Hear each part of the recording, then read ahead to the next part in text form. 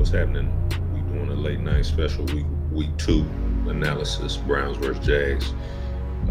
Fanatical Elves, Fans First Network, Fans First Sports Network. Rather, this is Dog Food TV, Dog Food Radio. You can get two versions. The radio version, where you're just listening, you can find that on Spotify, Apple Podcasts, wherever you get your podcast from. And then we got the TV element. You can find that. I think we posted videos on Twitter, and you can find them also on YouTube as well. So today we're going to be looking at week 2. Obviously, that's what the title says. We're going to be looking at keys to victory, if you will. And the Browns, they played the Jags last year in 23 towards the end of the season. They was able to get a win. I believe that the Jags were, middle of the road defense at the time last year, and Denzel Ward and a few other players didn't play in that particular matchup. So it's a totally different. It's not really, I don't really think you can base a lot on what happened in that previous matchup, just like the one when they played Houston first and then they played them in the playoffs. It was a totally different game, because each game is different. Teams make adjustments, personnel is different, things like that. But one of the main things I'd like to see in this game is the Browns play some AFC North football. And that's actually, run the ball, pound the ball. You got 3 backs, run the ball, pound the ball, lean on that defense, and use play action to open up the pass. So what I'd like to do, let's go ahead, and we're only going to look at the scoring plays from the last meeting where they played the Jags on the road. Let's see. Can we do that? All right. All right. So you see right here, this is a scoring play, with one of the scoring plays rather. And you are going to see, I believe it's Evan Ingram that scores on this play. He's going to run kind of a corner. You're going to have this guy here. He's going to run an out. You got this guy coming, man. He's going to kind of run like a little bit of a wheel. I think this is Calvin Ridley here. He's going to run kind of an over or across. And you're going to have ETN kind of run a curl. So that's what you're going to see here. And I think this was a busted coverage, which, again, I'm not worried about the defense. But you notice with this defense, a lot of times when other teams score, it's based off of miscommunications or busted coverages. So let's go ahead and run it. Let's run it. And you'll see the play. That's a touchdown. And you'll notice, watch, they're kind of looking around. They're pointing around like, what happened? And I believe this was man coverage. And I think there was just a little bit of confusion on the motion, because you'll notice here, he's taking the out route. Cormo is out here. I think this is Martin Emerson. He's here. I think this is Ronnie Hickman, safety. You got Grand Delpit, safety. Somebody's taking ETN. Now, I don't know if this is, I think this is a corners. I don't know if whoever this is or if it's Walker. I imagine Walker would take the running back. So Delpit gets over there late. You got the touchdown.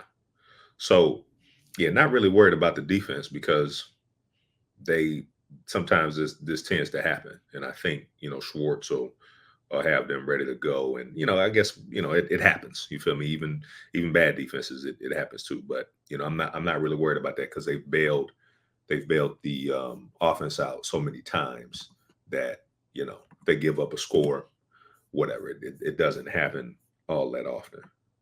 We got another scoring play to look at. And again, Trevor Lawrence, he's a good quarterback. I know that he's a little bit inconsistent, but he can make you pay. Now in this one, you're gonna see something similar. All right, so you're gonna kind of run it's kind of a go, and you're gonna have a curl up here, curl down here, and you'll notice the wide receiver down here, I think, is Ridley. he doesn't even run the route because there's an offsides, and it looks like he starts arguing with the referee. So let's clear that. And let's move this out the way. And so you say he doesn't even run the route, and it's just a simple go ball, throws it to a spot, receiver goes up there and gets that. So again, that's not really a miscommunication, but that's 2 times in this game where the Jags score. So he's not even looking. You got your curls up here, and it's a simple go, no safety help. So they're going to play like that from time to time, and I don't mind it because it's aggressive. But they I trust Schwartz. I really do trust Schwartz. Again, he was down Denzel Ward in this game. So, and I don't even think we really have to look at the other score. You get the point there. So let's look at the let's look at some clips from the Dolphins versus the Jaguars. Let's look at some clips from that game, and let's see if we can get a feel for what Cleveland might see. I apologize. Bear with me. Matter of fact, this is probably a good time to take a break for a word from our sponsors, and we will be right back.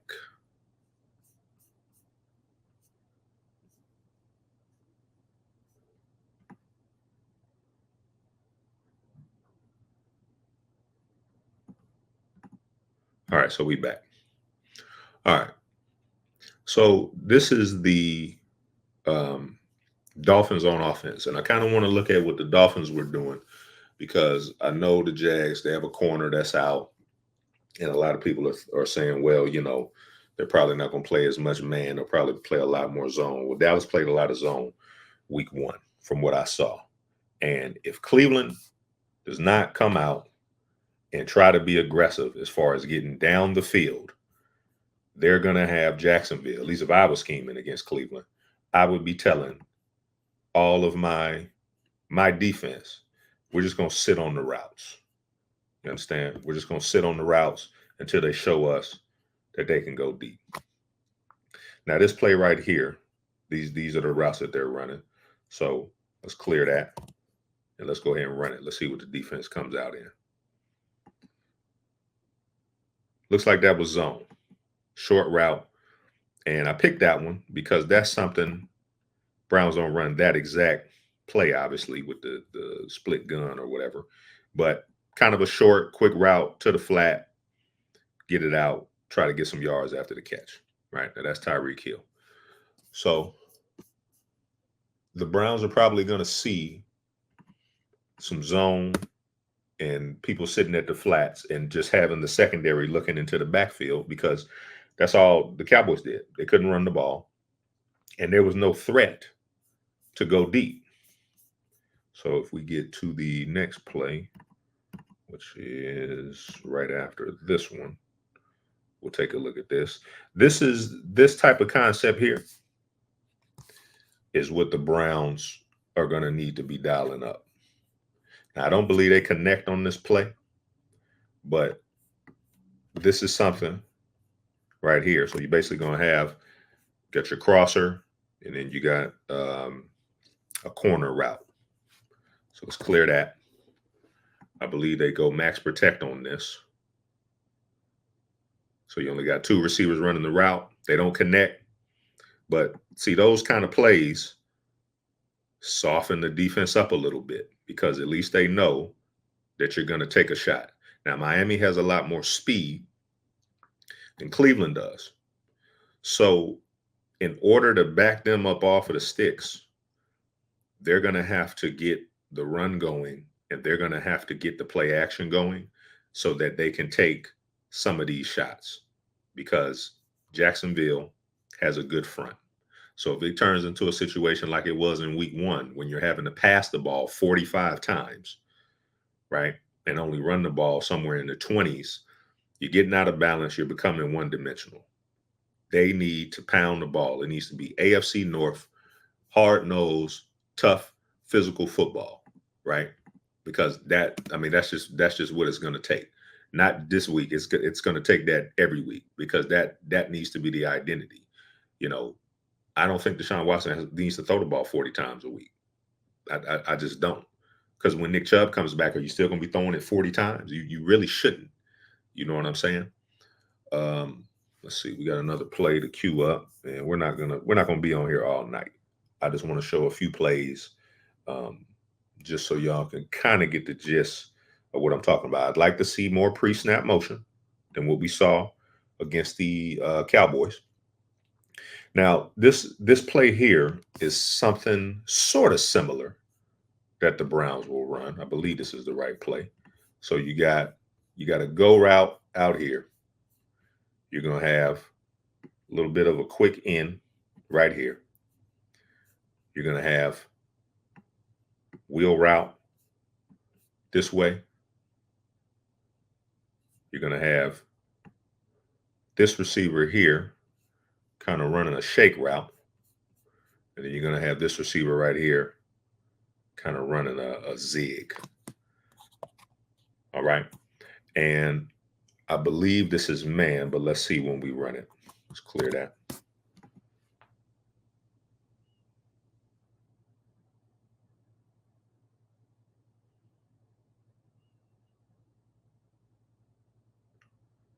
So nowhere to go.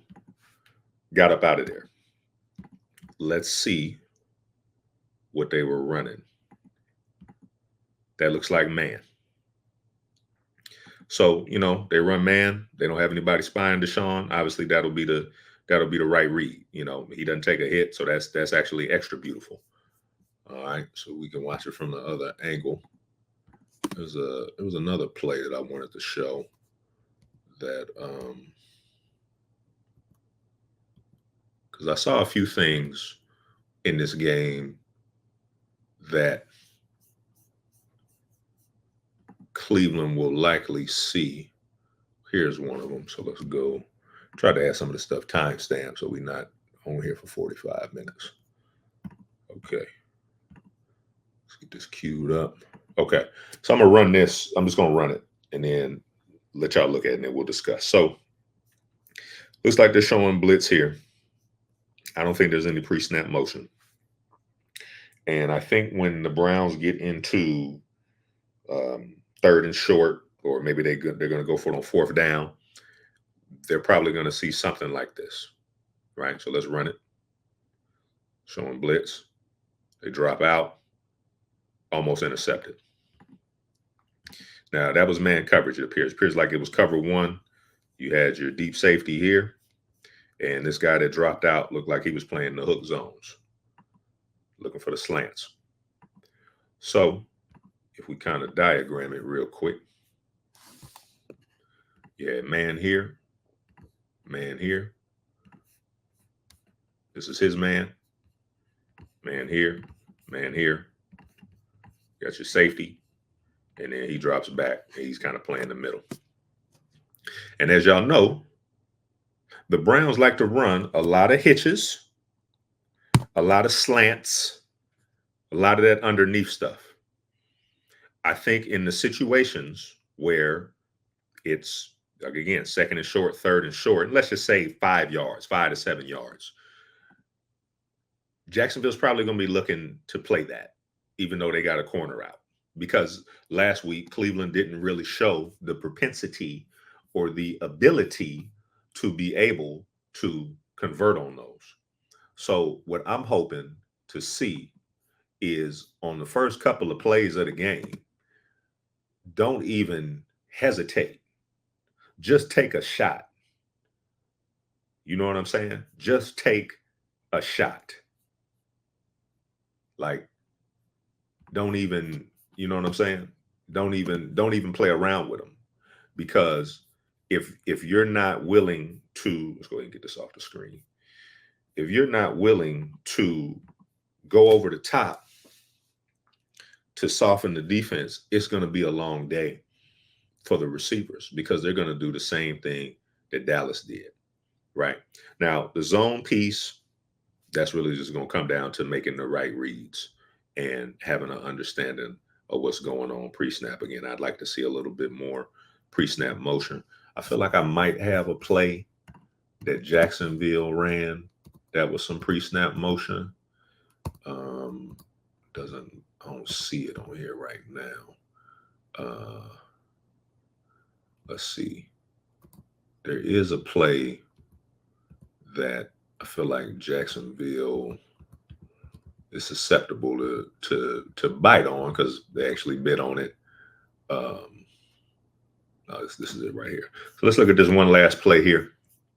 This is against the Jacksonville defense. Let's see. It's a little bit earlier in the game. Let's go back.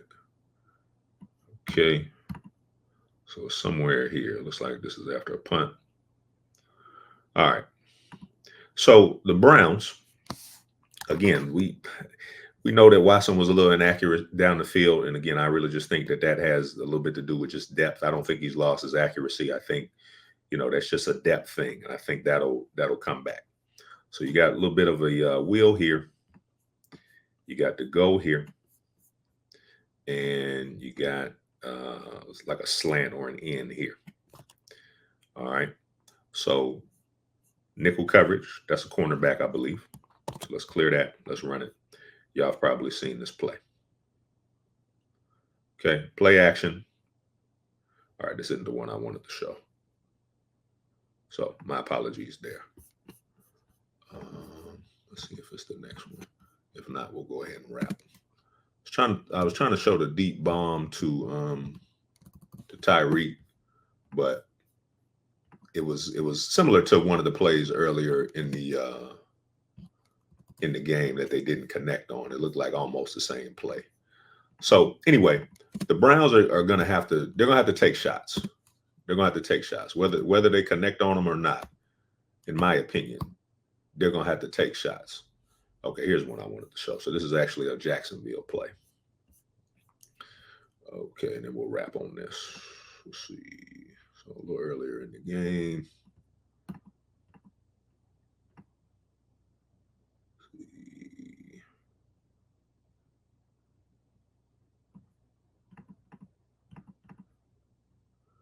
Okay. All right, this is it right here. Okay. So this is something that the Browns need to look out for, but also I think this is something that the Browns can hit them on. All right. So let's just run it and then we'll look at it and then we'll wrap on that. You see they changing. Now I did notice that too. They have a hot route or an audible where they kind of, at least this week they did, where he kind of touches his chest. That's how you know that he's changing the play. He's changing the play because it looks like he sees blitz. Now he takes that thing over the top. Wide receiver doesn't catch it, but he draws the pass interference on the play. Now, plays like this are going to keep the defense honest, as you know. It's going to let them know that, hey, they're willing to go over the top. So you got the over route here. You see that this safety looking into the backfield, he bites down on it. What do you see? Trevor Lawrence goes over the top, one-on-one, even though that's Jalen Ramsey and that's their best corner. So those kind of plays, the Browns are going to have to look out for that too. We know that they got a top 5 defense. We understand all that, but Trevor Lawrence and them are not going to be afraid to take shots. And that's what I'd like to see from Stefanski and the offense, is that just go downfield, try to draw some pass interferences, right? But again, you're mixing it in with the run. You got 3 backs. You got basically a scat back, receiving back. You got a balance back and forward, right? And then you got Foreman. You got a sledgehammer. You got 3 backs, right? And if we go back, I'm going to end on this piece. If we go back to the Ravens game, they won that game last year because they were the tougher physical team. Cedric Tillman had that block. Might have been an illegal block, but it was a physical block on one of their linebackers. That kind of set the tone early, right? And they had a nice balance in that game. That was an AFC North tough, hard-nosed game. But for every game like that they play, they'll come out and play like how they played in week one. Not tough. Not to say that they weren't tough, but the game plan just wasn't. Again, I just don't understand. You got a bruiser on your team. Why doesn't he get a carry? And that's what he was brought here to do. I don't understand that. So keys to victory for me are to play like an AFC North team. Don't go down there and play like you in the AFC South. You got to play like you playing against the Steelers or the Ravens. That should be the mentality every week. That's who you playing, or that's who you have to play like. Number two, pound the ball. You got to run the ball, pound the ball. And number three, take shots, right? Keep the defense honest. They know that you want to go underneath. They know that. We got a lot of examples of the Browns going underneath. If you're only going to go 5 to 7 yards each time, especially on 3rd and long, if you go back and watch that Cowboys game, it was a couple 3rd and longs where they just dialed up a bubble screen. That's not going to cut it with a defense that you can afford to be aggressive. You can afford to be aggressive with this defense where if you do throw an interception and it's 40, 50 yards down the field, that's almost the equivalent of a punt. And, again, I'm one of the few that believe that a healthy Watson can get it going. But, there's only going to be so long that I can say that. You know what I'm saying? If y'all watched the last video, I talked a little bit about Stefanski's play calling, mainly the situational play calling. I really do believe that at some point this season, if they're hovering around 500, somebody's going to have to raise that within the organization to say, hey, we need to maybe see about the guy whose offense it is that we brought in to let him call the plays and, do it situationally or whatever. You may be able to veto one here or there, but let's let him do it and you just focus on the whole game itself. So I think they're still going to have backup tackles. I think that's what was reported. So that's gonna be a problem. That could cause some trouble because Jacksonville has a good front. But if you run the ball because Hudson I think he was the left tackle in the game in 2023. So if you run the ball, you can kind of neutralize that a little bit because at least now the play action can be effective. So we're gonna have a group pregame show tomorrow. Be sure to tune in for that. And hopefully we get to see a little bit better, a lot better performance from the offense. Defense, I'm not worried about, but offense and special teams. Hopefully, we see a football team that comes out in all 3 phases. They play great across the board in all 3 phases of the game because you're gonna have to play like that to win games. You got one of the toughest schedules. But that'll do it. 23 minutes, went a little over, but if you stayed to the end, really appreciate that. Thanks for tuning in. Dog Food TV, Dog Food Radio, part of the Fanatical Elves Network, subsidiary of Fans First Sports Network, and we will catch y'all on